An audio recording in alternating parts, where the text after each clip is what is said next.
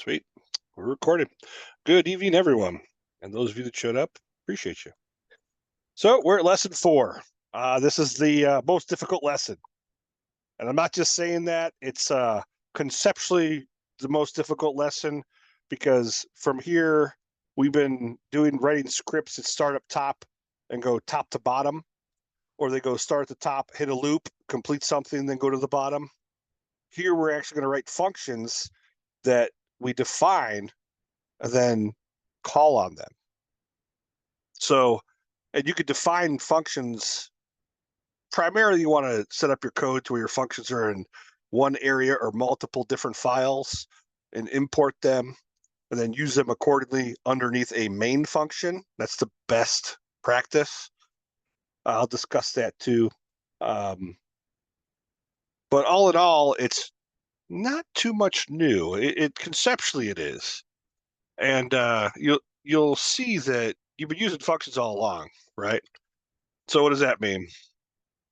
Well, things like type, integer, float, print, they're all built-in functions.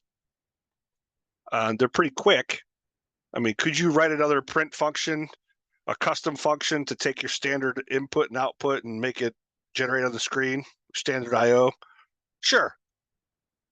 Is it going to be written in C, like underneath the hood in Python? Probably not. So it'll be a little slower. It's always best to use the built-in functions that Python has available in the standard library. Sometimes there's external libraries you could download or import that are just faster, more cleaner than writing your own code.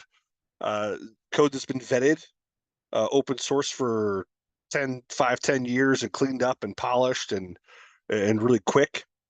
I suggest, reading about those, using those, leveraging those. But, in a pinch, you can write your own. And we'll discuss that this evening. And functions are just this, pieces of reusable code or scripts. So just like print, you can use print as many times as you want. It's not going to hurt anybody. It's not going to cost anything, right? So you could write your own function and reuse it to do one thing. Now, I'm going to stress one thing.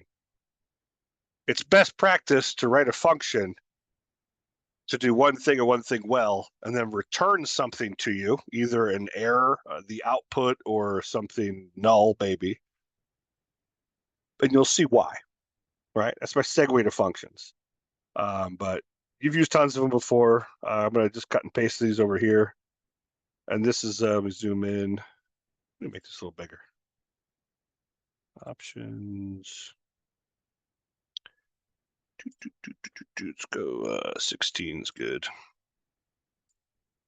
Yeah, it's a little better. So here the function's max, and I passed it a string variable or parameter, right? Argument. Fill it in. It says S. Well, the first S. Now, what it's doing is it's looking at the Unicode value of S, right? Because if I were to do this again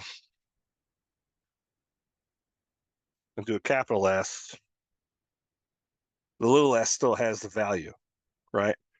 Now, if we do an ordinal of, or char, this character, I don't know. I really don't use these because they're, okay, so it's ordinal. We want to do an ordinal of S.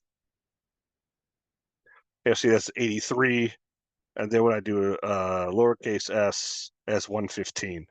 So these ordinal numbers have a value that's representing Unicode for Python to understand. Okay, cool. It's not necessarily alphabetical, but it sort of is. You'll get the drift after you use this for a while. But max, it's not really what it does. It's just max. It finds out what's maximum for you. Here we have a list of integers. We hit enter. Of course, 10 is the biggest, right? It's the maximum. And guess what? There's also a min, max and min.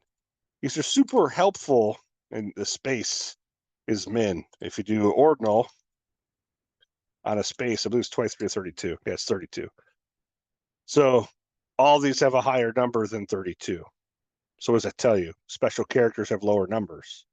Well, let's see if I'm right. I could be wrong.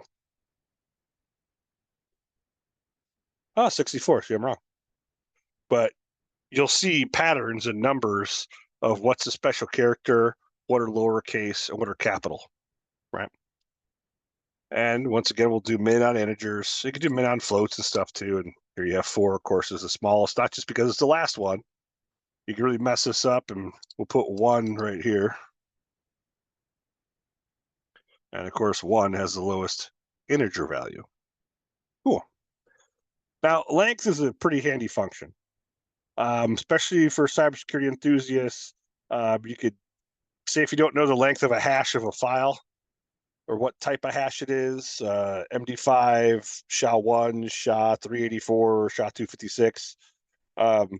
You could do a length function on the hash and then know if length is 32-bit, then equals MD5. You could do things like that. But length simply counts how many strings are in your string, or how many characters are in your string to include the space. So there's 11.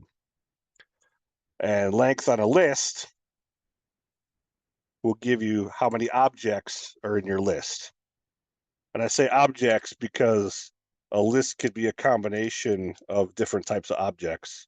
Here we have integers and a string, and now it counts these objects, and you have 6.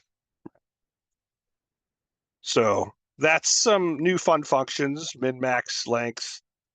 Very helpful when you're dealing with IPs like first octets or last octets.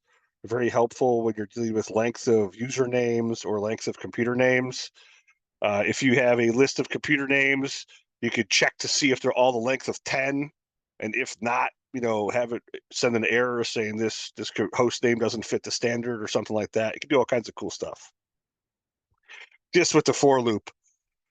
For each computer, my computer names list, the length of computer name is not equal to or equal to this, true or false, right? Pretty simple stuff.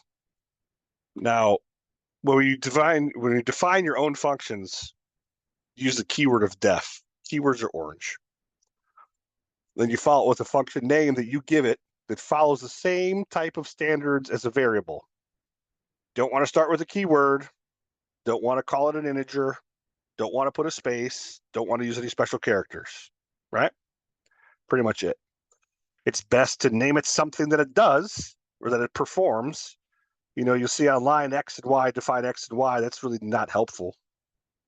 Define ping computer names and list. It's a good one, right? And you define it, give it a name, empty parameters or arguments. We'll talk about what those are in a second. A colon, a hard return, a tab over, and then your statements. Much like a for loop, much like a while loop. Your while and for are left justified. You hit enter after the colon, tab over. Those statements will be completed. When Python goes back left justified, it's out of the function, right? So here's an example. You can define say hello, and say if you're designing something, you need to make a function that says say hello, but you want to test your code, right? But you don't want to stall. Well, you could define your function name, say hello, no parameters, colon, and then put pass. What that'll do is when you define it and hit enter, you get your prompts back, your greater than is back, your prompt, and you could do a dir, or let's do a help on your new function. Say hello.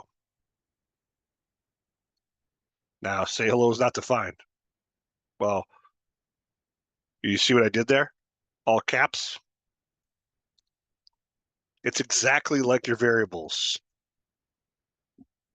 Now, here's all the built-in help you get with it. Say hello, it's a class, type, object. That's just fun stuff. It's all it is. Say hello, right? No big deal. Now, arguments and keyword arguments, or kwargs. We'll talk about those in detail. But if we were to do that again, and I remove the parameters,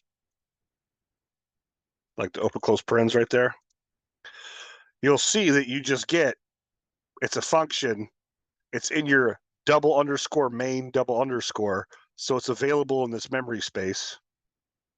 And to execute it, you simply type say hello, open close. Say hello, open close parens, hit enter. it says hello class, because the statement we put in there was hello class and then pass. Now, if we wanted to do nothing, I would have commented out that. I missed that. That was my bad. But we could redefine it, right? So these things are commented out and then just pass. And when I call on it again, nothing happens because we simply call on it and then pass, do nothing. Helpful when you're designing code, you know you need a function to do something, you just haven't coded it yet and you want to prototype something. That's handy, right? Or troubleshooting, we can just simply go pass. Let's redefine this again. Let's get rid of that. Let's get rid of this line. Let's get rid of that.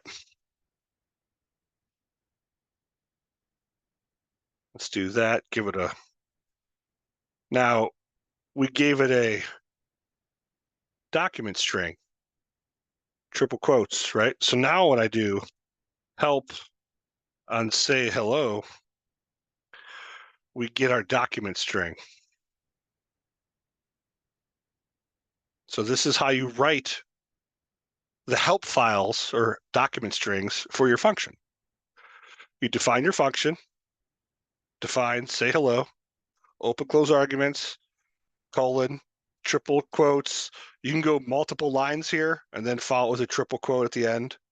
So your help may be multiple lines. That's fine. And then we just have print hello class. Not bad. You can get into pretty detail with this, but let's check this out. So we're going to look at a couple things that we did last lesson. So we're going to define another function called say hello one. And say hello one is going to take an argument or parameter. We'll talk about which one's which. It's going to take a parameter. And now for each item in my range of 8 through 0, print X, print my argument, right? So I'm going to hit enter. Syntax error. What happened there? Forgot the colon. There we go. Now we're good. So now when I bring up say hello one, open close, and I hit enter, I get an error because we defined it with a parameter that says it's missing one required positional argument. It's missing an argument. So let's give it an argument.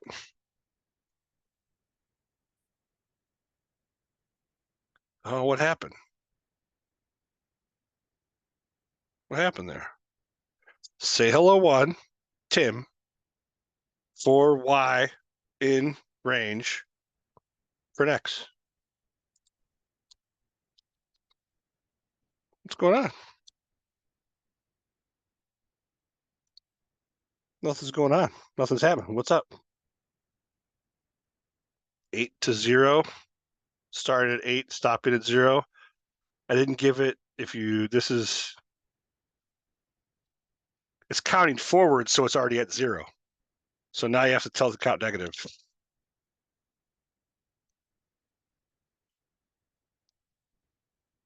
And now you get it, right? You count down. But that wasn't really part of it. The whole concept is the argument parameter. When you define it, it's an X. There's a parameter there. When you fill it with something, it's now an argument, right? So now, say hello one, Tim is X. So if you read this out loud, for each integer in my range, print Tim. Say hello, Tim, print Tim, counting down 8 to 0. You should have 8 Tims. We do. Awesome. So this exists now. Well, if I close this and open up a new shell and pull it over here and try to run say hello one again, say hello one, and I'll just put Tim again. It's not defined. I close the shell, killing the memory. therefore removing that from the shell's memory so it's not available anymore. Let's redefine it for fun. Let's do everything we need here so we don't jack it up, right? So now, if we do an ID of say hello one, it's in memory. You can check it that way. You could do a help.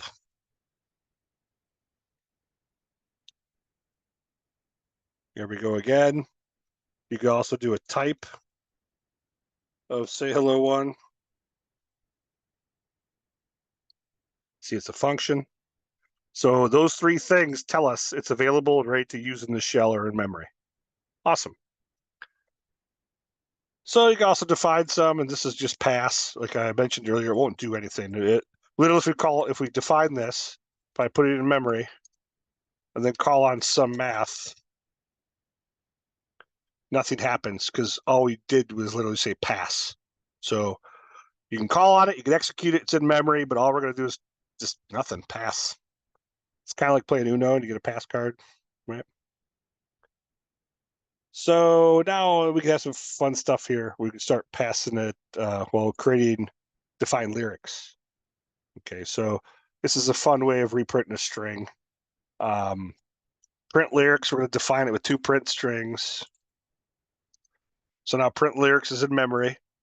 And now we're going to define another function called repeat lyrics, and it's going to call on print lyrics twice.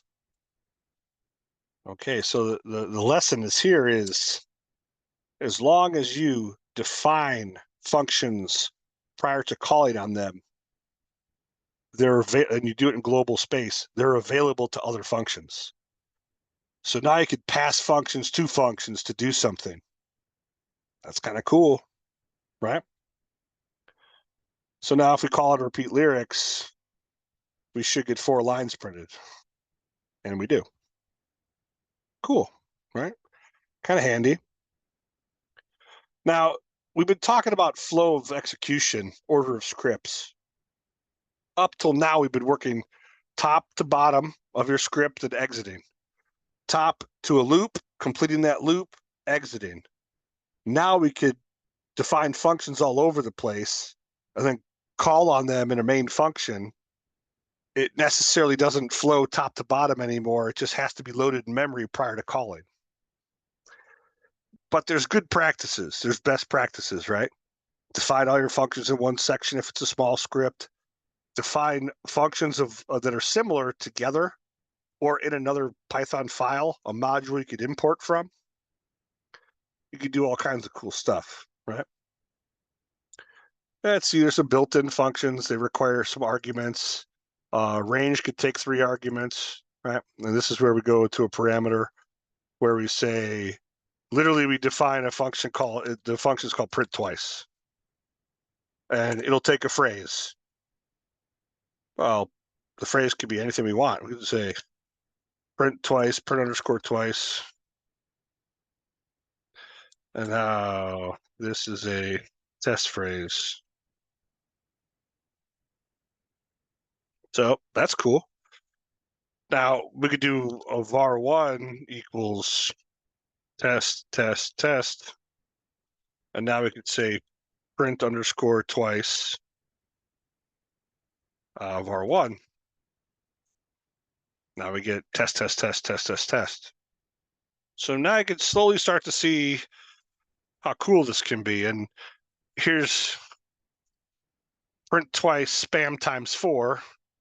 So now we get spam printed 8 times. So you could do everything we learned with all your mathematical operators to variables or strings or integers within your own variable or within your own functions.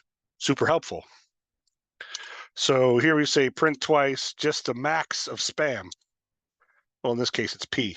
It has the highest value. Right? Pretty fun, right? So here we have print twice the phrase.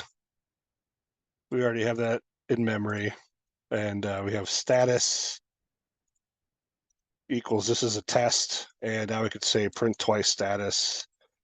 And now you'll see this is a test, this is a test. So in theory, you could have a machine generate I'm online, save I'm online in a variable called online or something, and print online twice when it happens. Yeah, sort of helpful for monitoring, maybe. Right? We gotta have all kinds of fun. Now, is there a limit to how many arguments or parameters you could define? No. You could define as many as you required within your code. Usually, like let me pull up something real quick.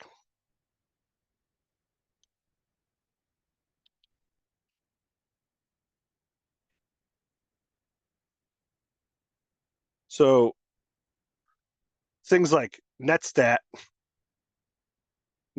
have a bunch of different parameters you can call on, and each parameter performs a different thing. You could easily design a function like that. We could talk about that later as well. Here we define print max, and we give it 2 parameters, and then inside our function, our script statement does some comparison operators on print max to let us know what is maximum. All right, let's do print max, and we'll send it. I'll stick with this off to the side, 3 to 4. Now 4 is maximum, right? It's kind of common sense, but if you were doing it programmatically, you didn't have to look at the numbers. Like if your eyes weren't on the 3 and 4, and they were part of a program, and those were variables, this could be a helpful little function. Pretty handy. Now we're going to start talking about return. Return does that, just that. It gives you a value, right? So when you have functions calling on functions to do things, you could return values and variables and have them be performed by their functions. Pretty cool. Especially if you have some complex if-else logic. You could say, if computer online after pinging, if equals true, perform this, else perform this, and have it perform 2 different tasks based on the outcome from a ping. That's cool. But what return really does, well, it needs a place to go. So here we say define maximum, x and y. We have our x is greater than y equals, but we have if x greater than y, it's going to return x. If they're the same, it's going to return numbers are equal. Else, y is going to be greater, so it'll be the maximum, so we'll get y. But if we run it, just like, what's it called, maximum? Let me make sure I type this right. If we run it just with the 2 parameters, it returns 5. Okay, it returned 5. But if I create a variable called max is, then I run maximum. Gotta spell it right. And then I do 4, 5. Nothing appears back to the screen, which is good. But in my max is, now I have the value of 5 stored. So now you could run complex functions and store the output, return the output to a variable to use somewhere else in your code. It's pretty cool. If computer logged on equals true, who's logged onto that machine, store, return username of who's logged on, use it later. Helpful, right? And this is these are just some variable or function names that make sense. Customer account number to change, things like that, like just better names. This hello function prints 3 lines of hello, calling out 3 times. No fun. This is kind of very similar to hello to the parameter's name, and wherever you see name, that variable will be replaced with whatever you use it. So when you hit enter, you go, hello to Steve. Oh, my bad. Syntax error there. Hit enter. Steve. And now you get it responding, hello, Steve. So you could say print hello to user or called hello to, gather user input. What is your first name? And then first name equals, or hello to equals first name, and then have it print out hello, Steve. You can get pretty tricky with it. But this is the important part. Within the name, this is a parameter. When there's a variable there within the function, it's an argument. So parameter, define it, argument, right?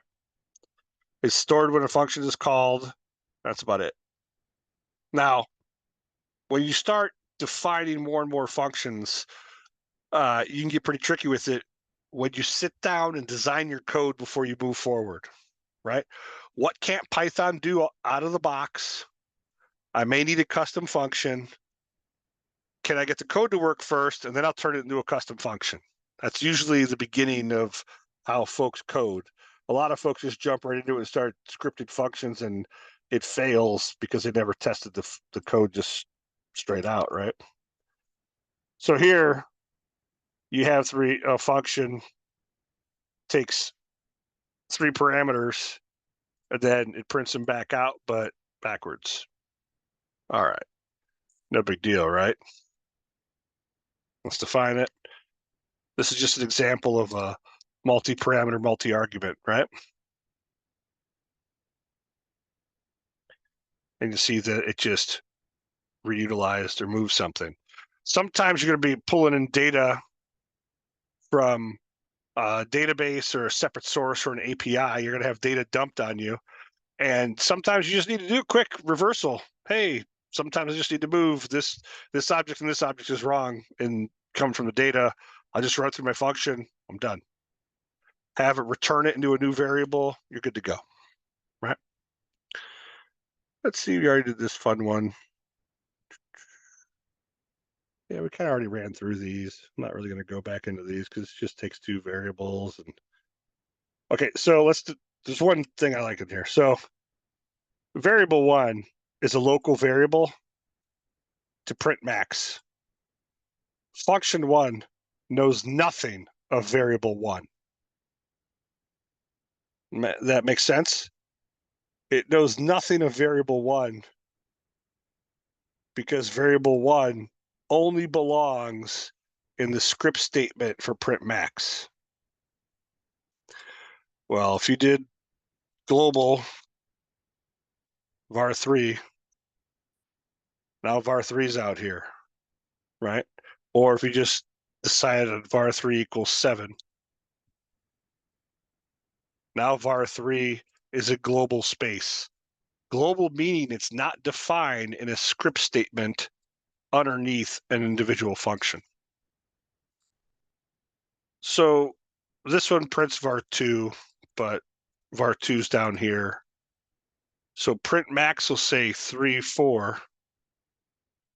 It'll run through all this. Then it'll return var1, which says local variable. Let's just run this, see what happens. Let's save, hit F5. So let's see all this mumbo jumbo, right? We define a global variable twice. Well, var3 is a global variable, equals 7. We print max. We defined it. We didn't call on it. That's the definition. We have not called on print max yet. We define another function called function 1 that calls on var2, but didn't call on it yet. And then here we have var2 equals print max 3, 4. This var2 is in global space. This var2 is part of function 1. Exactly, but still global. Check this out. The only function we run is function 1. Function 1 prints var2, which calls on print max of 3 and 4, which print max executes 3 and 4, figures out what's going on, right? 4 is maximum, but yet we return var1, which is local variable. So we get this print statement, and we also get the return value of var1. If we change this to 4 and 4, function 1 will print var2, right? var2 is print max. Print max, A and B is 4 and 4. We should receive 4 is equal to 4, and we should not see local variable. Let's see if that's true.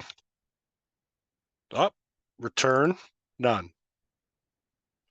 So we got exactly what's expected, and we got to return none. Interesting, right? So knowing your scope, either local or global, is kind of important. Some people, when they just start off scripting, they define a bunch of global variables, and they'll load it in from here by, or right here, you can just say variable 3 equals 7. And right here, you call on global and just say var3. And we'll do this again with 4 and 4. I'll just say print var3 here. So 4 and 4 is going to match up. We should say 4 is equal to 4. Then we should also see our var3 of 7, which we do. We also get to return none, right? So we got our 4 and 4. We got our 7. Then we got our return none.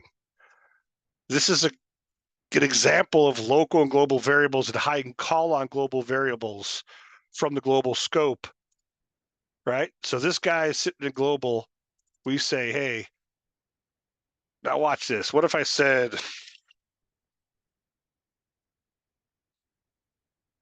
now my local var3 says test, my global var3 is 7. What do you think is going to happen here? var3 is assigned to before global declaration. So, global declaration. Do I need either of these?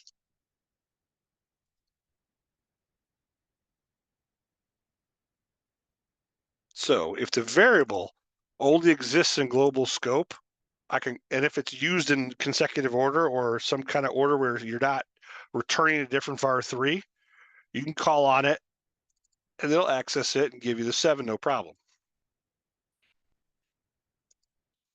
But if you do this, var3 test local, well, now your function, when you call on var3, will look local first in the scope.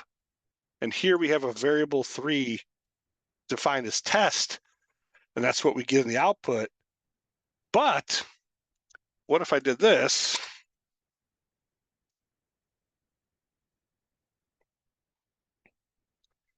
So now we have our print max printing its variable 3 of test, which is in its local scope, which is allowed.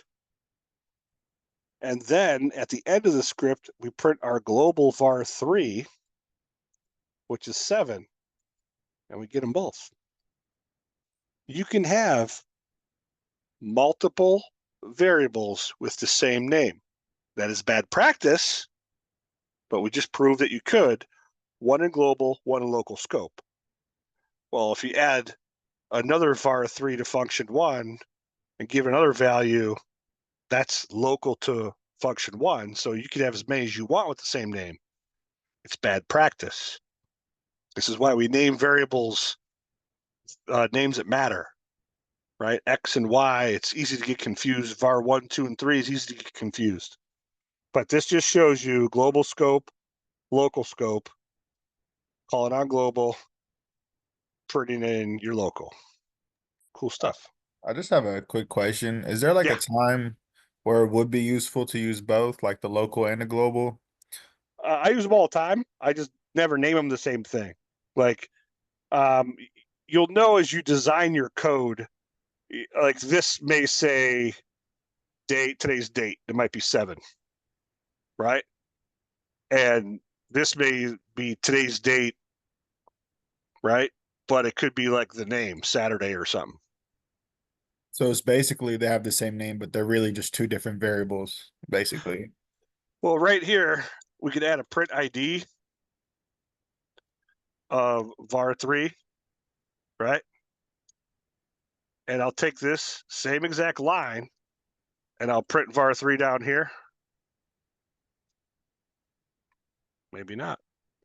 Maybe I didn't copy it. And when I print this stuff out, you'll see that the local variable ID in memory is this location, and the global variable ID is in a different memory location. They are indeed two separate objects in memory, Okay. but they have the same name. Python manages them by one being global and one being local. You can do it, doesn't mean you should. You see what I'm So saying? it's like, so it's basically like having two Johns in the same class, but they're two different people. Bingo. Okay. Exactly. I got you. That's a great analogy, right? Great analogy. Or it's like twin people or twins in your class, but they're two different people. Yeah, that makes Same sense. thing. Yeah. But they're literally two different objects of the same thing in different time space, right? Kind of cool. But if this is when you complicate your code, that's when you look at yourself and go, dang, I need to name these something better. This is today's date, today, and I'll print today. I don't need this anymore, right? And now you go, var3 is really bad. We'll call it message. And now it doesn't matter because they're all different names, but they're still defined locally and globally. But you're not having that crossbleed of the same name. Okay. So like if you had to have the same like name, for example, it's like var1, var2, you can just name it var1, var1, and then var2, var1. But honestly, I've never ran into a situation where I had to do that. You could 99% of the time you could name them two different things and it makes more sense. Okay. But I'm just showing you, and you'll run into this like a lot of new folks in Python. I'll be like, well, I put my variable here, but it's not working. Well, you're calling your, like if I were to say print var1 in function one, you see that print var1. I get an error. It says var3 is not defined. You mean var1? Well, that broke weird. Line 9, line 25. Well, what's line 25? Line 25 is var2 calling print. And then line 9 is what? Where am I? 12. Line 9 is calling var3. But let's remove that because I don't need it anymore, right? And now it's like var1 is not defined. Well, I said print this 4x4 function 1. Function 1 prints var1. Function 1 doesn't know what var1 is because var1 belongs to print max and local. See what I'm saying? Yeah, I think I get it now. Yeah. This guy belongs. The minute there's a colon and a script block, this stuff belongs only in this space. It's a book on a shelf. The other books don't know about the characters in the other book. Things like that, Okay. right? But you can get pretty wild with this stuff. And usually when you get overly wild, that means you didn't plan it out right. Take the time to pseudocode. And what I mean by that is write your story. What am I really trying to accomplish? Top to bottom. And usually in your pseudocode, your script becomes a parent of what you need to do. Right. I got you. Let's look up a fun one. Some game examples. Like this one, rock, paper, scissors, right? Let's go take a look at we'll do the group labs next week. I don't want to flood everybody because they do get kind of fun.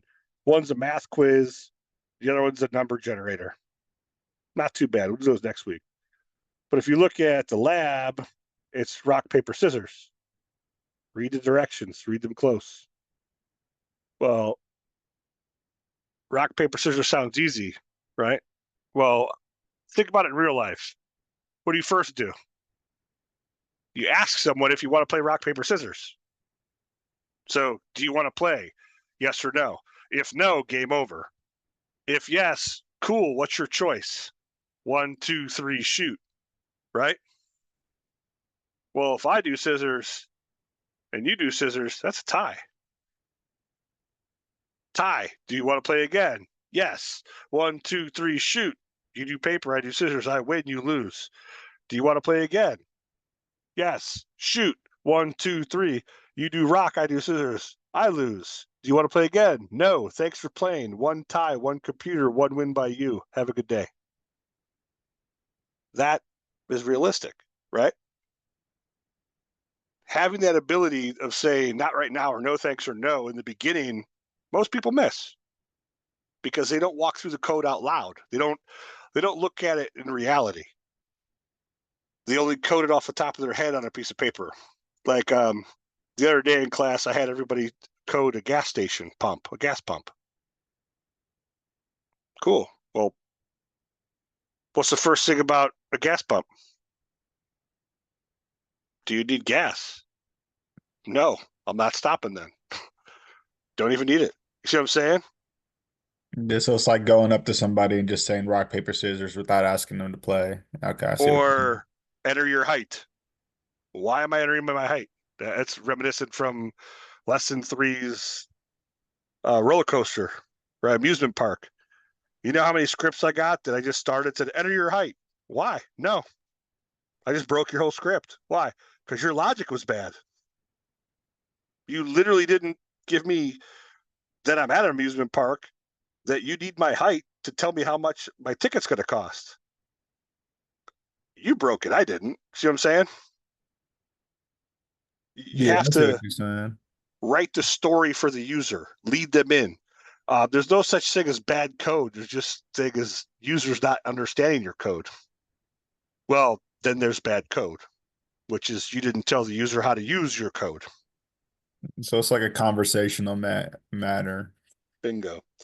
Especially for cybersecurity wizards, when you start to use like Metasploit and stuff, all Metasploit, all the suite of tools is it's Python with Ruby on top of it. So people wrote a bunch of scripts that you just type in Metasploit C2 target equals remote equals, blah blah blah, and hit enter. It takes your parameters, target, stuff like that, adds those to variables and executes that on the distant end, your target. It is literally just Python and Ruby. But some of the tools are written better than others. Please enter a target to connect to. Some of them just say target. You see what I'm saying? Mm-hmm. But like taking that extra time to tell the user, please enter a target name or IP, because some tools only take IP, some tools take host name. So right there, it tells you layer 2, layer 3 that it uses DNS or it uses direct IP to connect, TCP. Like just always code and assume that the user has no prior information to the code. Yep, that's the best. And I'll tell you why. You get less questions and you get more people using your code. And more people using your code, because think about it. The people who need to use the code, they don't want a code. They want to use something to get something done. If you tell them directly how to use your code to get that done, perfect. You just solve the problem. That's what that is exactly what computers are designed for.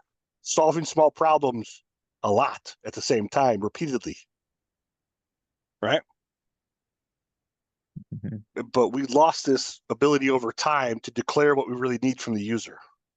And that's a problem. Like there's a whole science now besides AI and prompt engineering. If you go to Google and write a question, that irritates me, right? That's like, who is, everybody at, what is the doc string for Python 3.x print? Do you think or do you think Google cares that it's a question? No, it doesn't. It removes words. I could simply put docstring Python 3 print, and I get just as good as answers as I did before, if not the same. Now, if you're not doing this,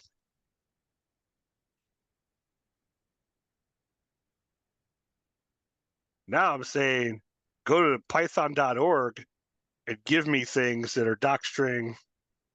All my responses are from python.org. You see that? Mm-hmm.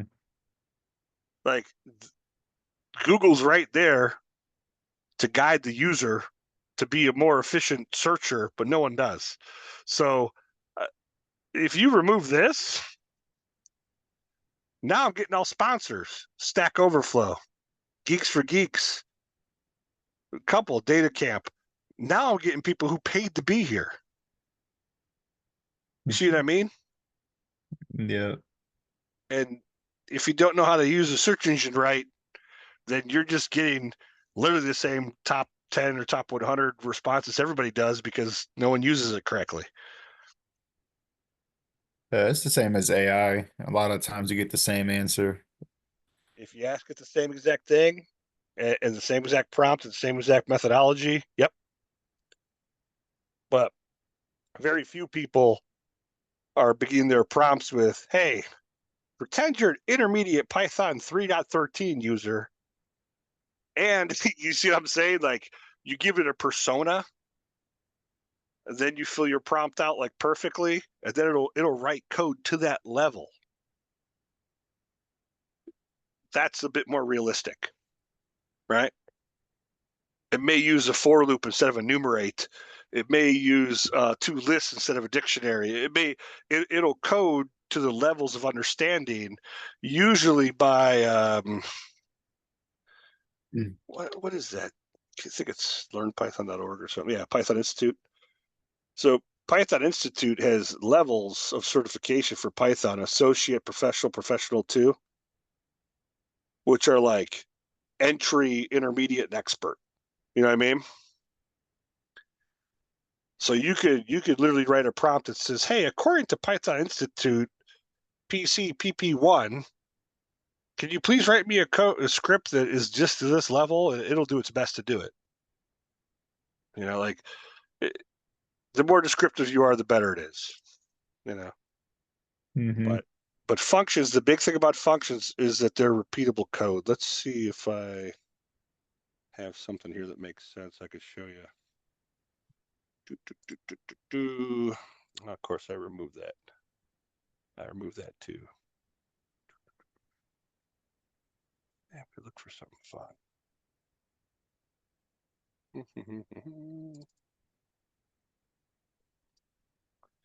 That's a port scanner. It'll be good enough to read. I don't think I have mmap installed on this machine, a dependency of one of the scripts, but I think it'll get its point across. Let's see, documents. Where's it at? You do this too. Well, let me do this first. So this is a port scanner. It probably relies on something else, which, yep, relies on socket. So this is, let's see if this works. We'll give it a whirl. I haven't opened this in a while. So it imports the socket library. It imports IPY as IP. So IPY is another module. We'll talk about that. And you can import IP addresses, run your port scan. Let's see the socket.socket timeout test connect port. Let me get an IP on my network real quick.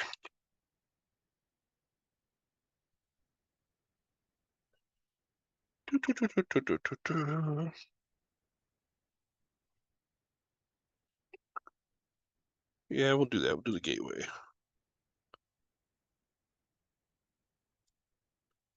Cool. So what are we saying here? We're saying IP address. We're saying port scan. Did I define IP address? Port scan IP address port. So I didn't give it anything. Let's do this. Let's comment this out. So we created a function called port scan. We're going to call on it. We're going to say port. We're going to see port 53 is open on an IP address of 8.8.8. Google's DNS, right? Invalid syntax. So I guess it wants. Oh, there's something wrong in here. Yep, me.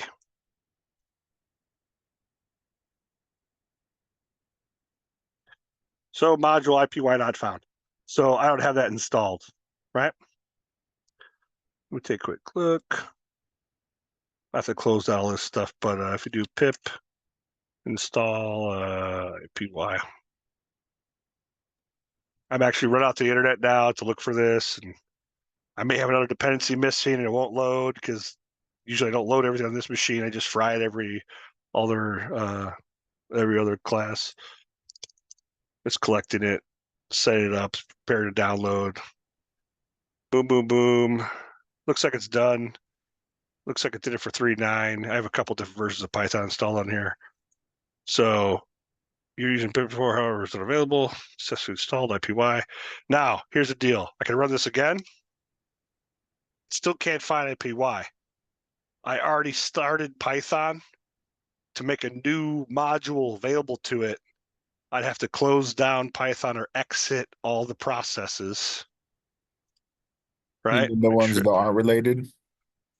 everything, right? Everything to open for that idle session. And now, let's see. I'll just try to import it. It doesn't know what it is because I have to open up Python 3.9. So i3, let's see, how do I install it? Python 3.9, import IPY. So now it's installed here. So when I do a dir on IPY, you see that all the tools for IPY are now installed. But I didn't pip install it to 3.13, so I'm gonna have to do that later, right? But this is it's called dependency hell in Linux, but it's very similar in Python. When you call it like package hell or whatever you want to call it. But back to that. Let's see. Can I open up idle 9? Do I have idle 9 installed? Or may not. I have everything set for yeah, I do. Hold on, no, I don't. So for I have the import feature, does it have to be in yeah. the same directory or can it be in any? So the way that my machine's set up with multiple flavors of Python, I do that because certain things I do for work or other places only use certain types of Python, only levels. Okay. Newest isn't always best. Just gonna say that. Oh yeah, I know. Supposedly always best for security patches, which it is, but it's not always best, right? Yeah, for feature Um, wise at least. yeah, sometimes being first to the flame isn't a good one. But let me reopen that script and we'll just talk about it. It's not there. Where's it? Where to put it? Documents. So much junk in here. So you get the gist of it, right? You import IP. Where do I use it? This IP. Do I even use this? IP address, import, socket, port, socket, timeout, connect IP address, port. I don't think I use this. I don't see IP anywhere. Boom. Okay, here we go. So now I'm hitting here, enter IP to scan his IP address, right? So here we'll do 8.8.8.8. Port to scan is 53. And port 53 is open. Well, why is it open? Well, 8.8.8.8 is Google's DNS server, and DNS uses port 53, so it should be open. You see what I'm saying? Mm-hmm. So let's rerun this. Let's do 8.8.8.8. Let's say port 8080. It didn't come back and say it's open, did it? Nope. This is just a print to port because it's not. It's closed, right? Try port is open, except port string is closed. It didn't fail because it attempted to do this. It attempted all this and it worked, but it wasn't open, so it just didn't print it, right? So this script needs a little work. It needs a little polish. The logic is doing exactly what we told it to do, nothing more, nothing less. Let's see, let's 192.168.50.1. It's my gateway. I'll say it's port 80 open and it doesn't come back. No, because it's blocked, right? Let's try that DNS again. Let's do, what's my DNS server? My default gateway's 192.168.50.1. And we'll see if 53 is open. It's not. Why? Because my gateway. Well, it's not my DNS server. Does it matter? Well, who am I pointing DNS for? You see what I'm saying? Now you're getting into like networking troubleshooting. But the best one is, of course, the one that worked, port 53. We know port 53 is open. We're rock solid. Everything's good. Right? So why didn't it print like the port is closed? See where we at here. Well, all this is true. This is all true. It never tosses an error. And this isn't an if-else statement. This is a try except. Right? Okay. So if we did this, like if we copy this, right? I'm just going to copy it. And this is a logic error, not a Python error, right? So we're going to do the same thing, right? Try accept. Now we could say connect IP address if IP address is equal to, we'll just do 8.8.8.8, right? You'll get the drift of this, right? Yeah. And I'll tab all this over. Then there's an else. Fail.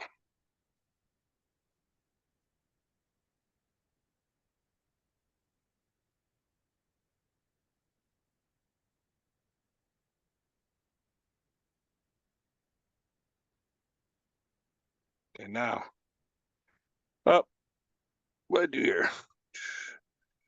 Global testing. Why did it not like that?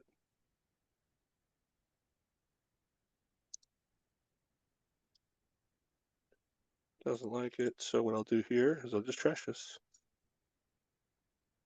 Try. File. Save as. Port scanner 2.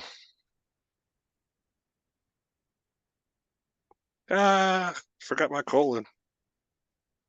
There we go. So enter IP address of scan. I'm going to say 8.8.8.8. Now it should, we're going to match, right? Mm-hmm. Port to scan 53. Port 53. Well, now that failed. Not all failed. Well, first off, usually when you run Python directly to something, your user agent says Python and web servers get mad. You want to give it a different user agent to make it look like a browser and not look like code. Unless you're doing an API thing and they tell you to use your user agent. But now we're getting more into complexities of networking and code and allowing things to pass, right? Well, let's just run this again and give it a weird IP.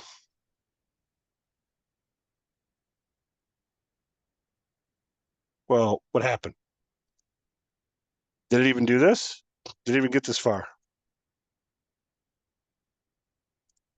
We got this up here, right? But we never ran port scan. So the problem is me, it's down here, right? We never called on port scan to run. Now we will. IP address and port. Man, it's a little bit of a long day, right? So now we do 8.8.8.8 and hit enter and do 53. We're going to see, okay, 8.8 is equal to port open. It ran perfectly, right? We're going to run it again. I'm going to say 192.168.5.2, a network I can't get to. Hit enter. I'm going to say port 80, hit enter. Boom. And now we have our if, else, fail. But it didn't throw an error because it's not an error. Try accept is error handling, not logic handling. If else is logic. Now, if we want to throw an error, we could say except type error equals all, but that's only when I'm fat finger stuff. Like when I hit save and hit this, let me go, so let's really break this. So this is gonna match. If I give it something, it'll say I'm not that.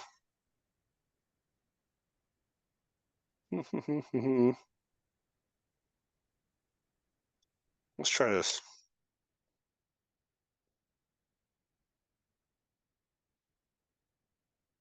You still get fail because these conditions are met. This will never ever fire. So you don't need your try except logic. See what I'm saying? So like in this case, it would just be better to do FLs. Well, try except is you're trying to catch some type of error. Well, what type of error is there? I need to force something to be a string. So if IP address equals type string, you could do that, or the length is XYZ long. Like you need an error to occur in order to catch the error. And the way it's written so poorly, so lightly, you're not going to catch any errors. Okay. Right now, this is a string, right? Yeah. Well, here's the default. Input is going to take a string. What if now if I write something up here, if I try to save a string to this won't break here because it'll break outside of my function because these are global variables. Well, if I move these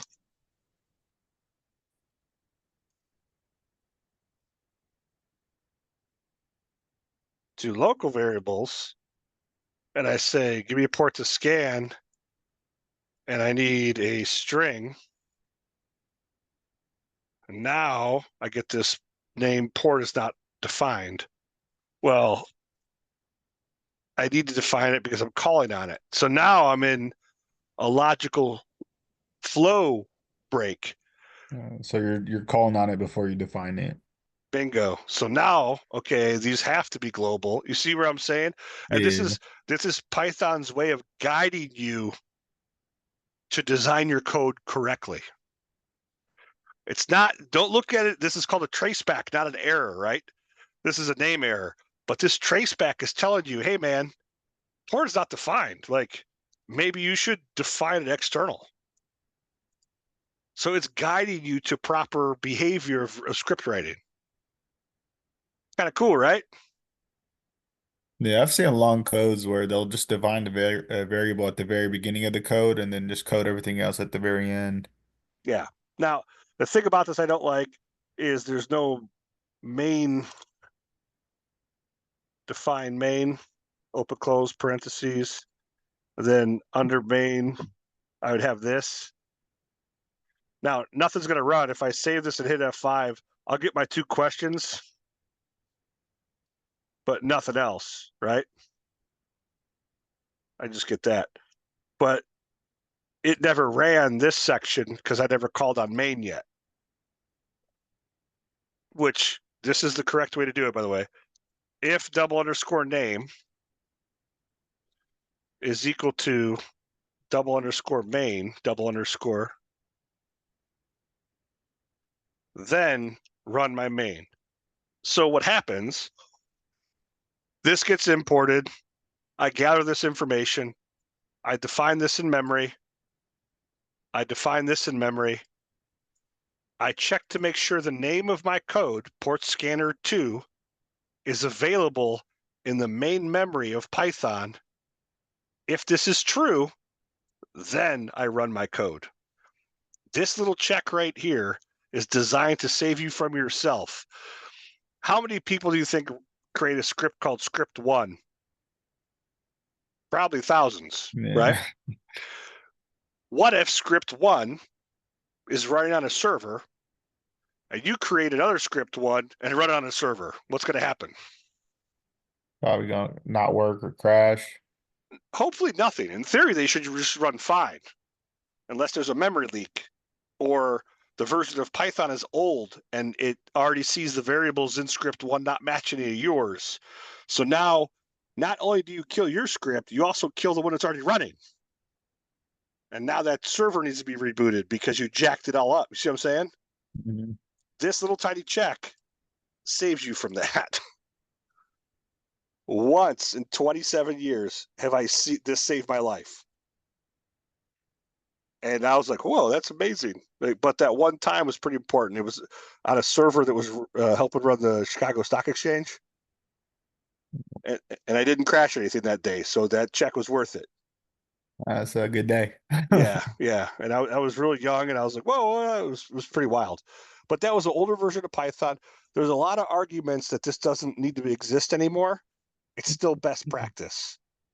It's still in the help files. It's still in all the best practices. It's still on python.org. It's still in the docs. It's still best practice to save you from yourself because you'll never know when you have to code on an older version of Python.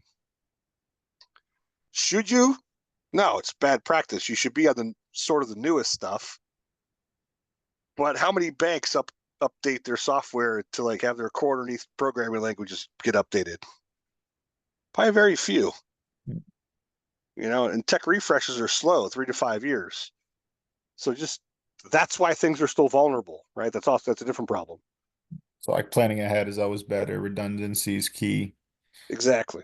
But when you start to see programs like Nmap that like scan a bunch of IPs and ports, well, could I turn this into a list and ask for a list of ports and say for each port in my list of ports, perform this stuff?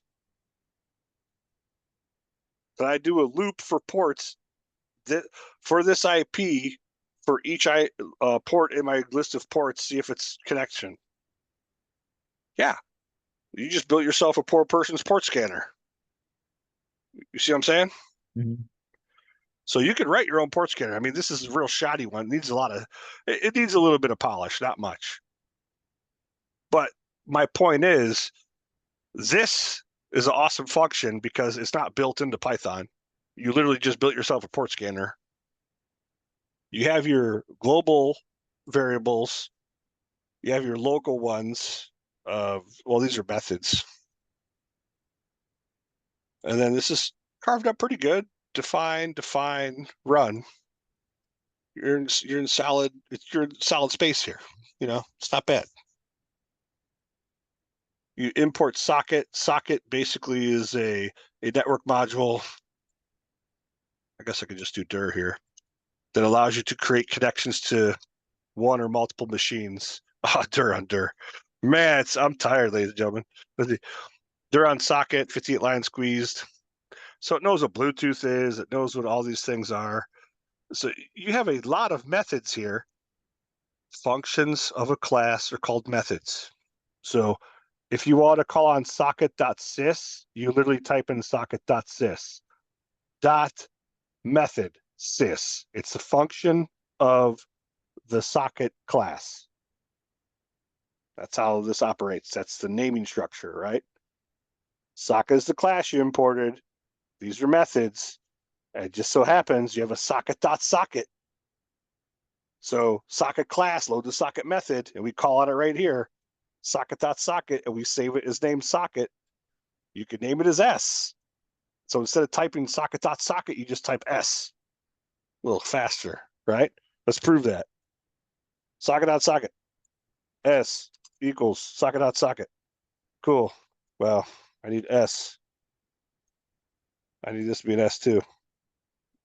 Will this work the same? Save F5. Enter IP to scan. Yep. See? So now instead of typing socket.socket, well, you have socket here, right? Socket.socket has more methods. One's called timeout. Well, how do I get there? If you do a dir, my bad, I'm typing all sloppy. I can't see the Socket bottom of dot socket. the shell. Yep. So now I did a dir socket class, socket function or method, socket method. And here you see set timeout. That's the same. So you could have sub methods. These are called sub methods. Socket.socket.set timeout is a sub method. Or another way to say it is a sub function of the socket function of the socket class. You'll get it. But this is another good example of if you design your code properly, you could write these functions and sub-functions in Python and create your own libraries of very extensive, very specialized functions to get something done. That is cool. If we put all of this in one function, like, it would just be sloppy. You know, right? Could we do this? Could we write another function called gather input 1, 2, colon, tab this over and say return IP address and port? Well, what does that give us? Before main, could we run gather input? Yeah, totally. Well, it's going to return us two objects, IP and port equal gather input. So now when I run this is going to return IP address, which is going to go in IP, and then port, which will go back in port. Well, then I have main. Main takes what? Main takes nothing. So now I have to rethink how I want to get my IP address and port here. Like, does main know about IP and port? Well, I defined them down here, so technically I could just say IP and port. Let's call this port 2, though, for fun. All right? And now main still takes nothing. Well, let's see if this works. Enter IP address to scan. 53 is open. Works like a boss. Let's see why. All this is in memory. We say these two variables gather input. Gather input asks us for our IP, asks us for our port. It returns our IP and port. IP address is stored in IP. Port is stored in port 2. We said run main. Well, main knows what these two are because we defined it in the same script space underneath our if statement. So now when we run main, it says port scan IP port 2, which we defined here, which is passed to IP address and port, and completes the mission. As tricky as you want to be, as simplistic as you want to be. If you find yourself beating your head against the wall, import this, read down to line 5, you'll be fine. Take a deep breath, walk away.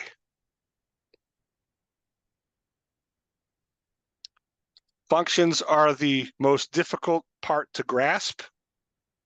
All it is reusable code.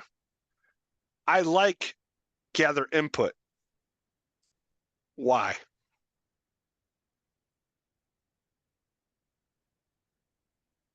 What if I wrote another file,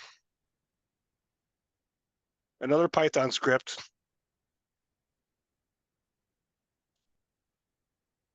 and let me save it in the same directory. I'll just call it test, right? And I needed, in my new script, I needed to get an IP import.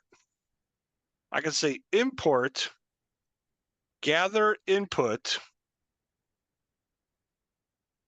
from port scanner 2.py as gather input GI. Now down here, I can say GI open close. Let's see if this works. Oh, what happened? Did you mean from? Yes, I did. I always flip these. From gather import, import that command. Oh, what happened? Syntax error. It doesn't need the Python because all it looks for is the file name, not the extension. And now what happened here? No module name gather input. Well, I flip these. From port scanner to import gather input. So it happens you write multiple languages all day, you mess up your syntax. Now, look at this. I said from port scanner to import gather input as GI, run GI. So this new file, test.python, literally loaded in this in the memory as GI, and then I ran it, and now look, it's asking me for an IP. That's awesome, don't you think? So this is like a good way basically to test new features that you want to add without modifying the original code. There you go. Not Okay. only that, if you write one file called device info, and you wrote 7 functions on things you wanted to collect from devices, and a year later you wanted to add an 8th one, what do? You just add the 8th function in your file. Then when you import that file, that command is there for you. It's modular. Everything's an Mhm. object. A file is an object. A function in a file is an object. So now I imported one function from a file into a new file to run. Well, GI returns 2 items, an I and P, right? And an IP address. So can I do X, Y equals GI? And now I can just say print F, put the quotes, right? X and port of Y. Save, rerun it under the same IP. There you go. IP of port Y. This is awesome. So if you write one really good function that does something really well, why can't you reutilize it in another program or somewhere else? If you write one really good welcome statement, and in that welcome statement, you change the variable of title to amusement park, could you not just call on welcome from your one file and say welcome to the amusement park? Mhm. Doesn't matter if you're writing a gas station code for Sheets, Speedway, or I don't know, into something else. If you change the name in a variable, your software for a gas pump may work everywhere. Start to see what I'm saying? So this is like, so basically like if you want to build a POS system, you could write the features to keep track of the employees in one, and then to keep track of the profits in another, and then you can modify it as you want There without you reading go. like 1,000 lines of code. And if you add a new feature that your customer doesn't need, and you go, hey man, if you want to be ITIL 2 compliant or GPRC or GRC compliant, you could buy our new module for $1,000, even though you already wrote it and 2 other customers already Yeah. paid you 12,000. The module's already there. They're just not calling on it yet. So now you're starting to see how software makes money. Yeah, I can definitely see that. Yeah, it gets pretty crazy. Are the new features there? And a lot of cars, do you think they write software like for Toyota? Do you think they write Toyota software for all their cars, or they write just Camry software, or just Forerunner, or Land Cruiser? Like, do you think they write software for all their cars, or just one type, one make? So it's for all their cars, and then they import it based on the car. Bingo. And when the car starts, it hits the computer module. The computer module checks to see who am I, what am I, if this, and this installed, and load these functions. If not, no. Did they pay for this subscription? Yeah, get this. See what I'm saying? It's kind of like if you use Hulu with the paid ads and then Hulu without ads, or Same just like thing. import the ads and then just remove the ads type of Yeah. Did thing. they Do they have a pay for key that's probably your account number with a P at the end? Right? I mean, literally, the length of their username plus does it end with a P? Yes. Okay. No ads. Else add ads. Simple. Programmatically, a lot of things could be simple. But just like with this port scanner, I originally thought I needed the IPY stack. I don't. Right? Because socket understands what an IP address is. So sometimes you refactor your code, you need less.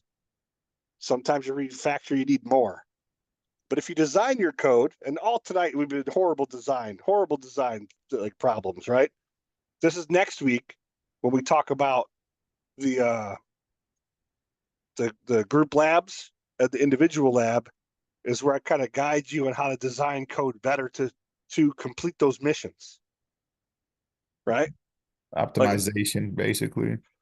well, it's forward thinking too. Like rock paper scissors. First off, how many functions do I need? Start the game, right? While game is started, do a logo or a welcome. After the welcome, play the game. While I'm playing, keep score. Do you want to play again? So I could think of like 5 functions.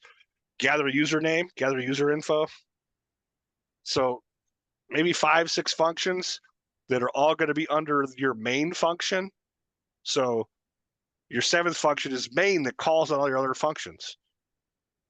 And your function to play game may call on your welcome banner function. So you don't have to call every function in a row. You can have a function calling a function calling a function under main. It's all how you design it, right? We're going to talk about that next week in detail. Isn't this cool though? I mean, there's options. That's where the stuff gets fun, right? And the cool thing is, you write one good welcome. You can use that one good welcome everywhere. Import it, right? So it truly is powerful. But I'll say this again: if it already exists in Python, use that library or use that function. You don't have to write it. It's proven to work. You just have to learn how to use it. Okay. Sometimes that's faster than writing your own, right? Now, a good example is the time module. There's a lot to be done with time. But we'll go over that next week. Now we'll go ahead and stop the recording.